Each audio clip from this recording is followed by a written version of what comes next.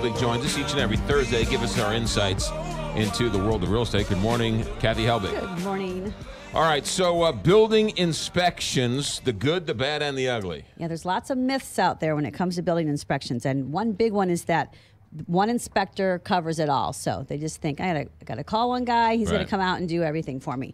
But in actuality, most home inspectors are just going to cover the structure of the house. So if you're looking at anything extra like mold, swimming pools, septic, wells, lead-based paint, all of that type of thing, those generally have their own charges to it. Radon's another one. They have their own charges. Sometimes the inspector can do a couple of those extra, but usually it's a third-party company that's also coming in. Would you recommend getting all those other ones? It depends on the house. So radon is a big thing to some people. Right. So most people tend to do that. Always termite. But you're not going to do a lead-based paint inspection on a new construction house. Gotcha. Okay. So it's just that each one has its own issues.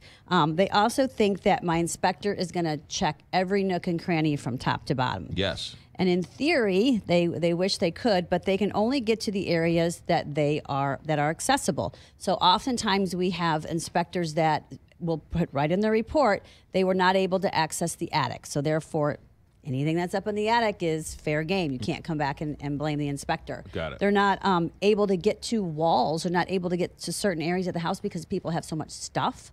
So they've got all their things stacked against the basement walls. Then the inspector's going to come back and say, I was unable to inspect walls due to personal property.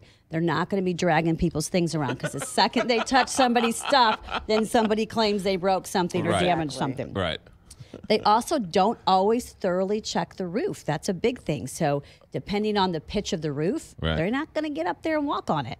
So they use cameras, things like that, to sometimes take pictures to get a sampling of the roof. Or if it's snow covered, many times we've had a house go under contract in the middle of winter when we've had a snow, and then it sits on there for 3 weeks and the closing is coming up around the corner. There's really no way for them to check that roof when it's snow covered.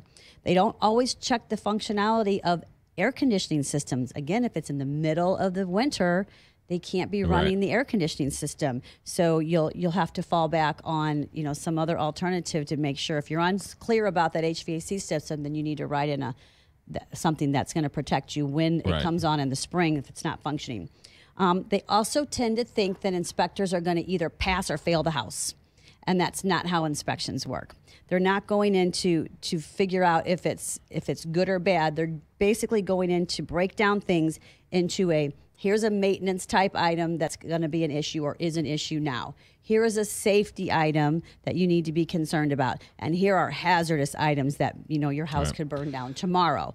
Go ahead. I'm sorry. Oh, I was going to say, so those are the type of things that then it comes back to you, and you need to decide, is there any of those things that were a deal breaker for you? That's really what you're using an inspector for, is to find out, is there a hidden defect that would make you not buy this house? It's not really supposed to be go back in and pick every little single thing apart and now come stick it back to the seller and have them make an old house new again. I thought the inspector was for the bank to prove that this house is worthy of the loan that they're going to give. So that's an appraisal. The appraisal's coming in to double check the value of the house, and then on certain loan types, that appraiser does like a mini type inspection for government issued loans to make sure like the plumbing is right, the electrical, there's so many years worth of roof life left, that type of thing. But a general home inspector has nothing to do with the bank. What does a home inspector actually do then? If these are all the things he doesn't do, what can he do? What does he do? They actually do a lot, but these are the little things that pop up that people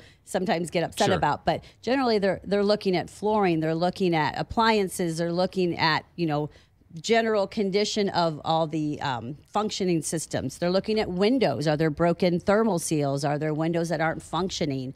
Electrical, they're checking the outlet. They're seeing if there's leaks in the plumbing, all of that type of stuff. It's really a big, thorough job, and it takes about 2.5 to 3 hours to get through an inspection on a home. Right. All right. Good stuff to know. There you go. That's why you call Kathy Helbig. Market's still booming?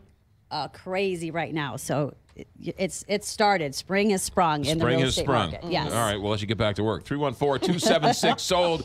KathyHelbigGroup.com. That's who you call. You call Kathy, and her full team will help you every step of the way.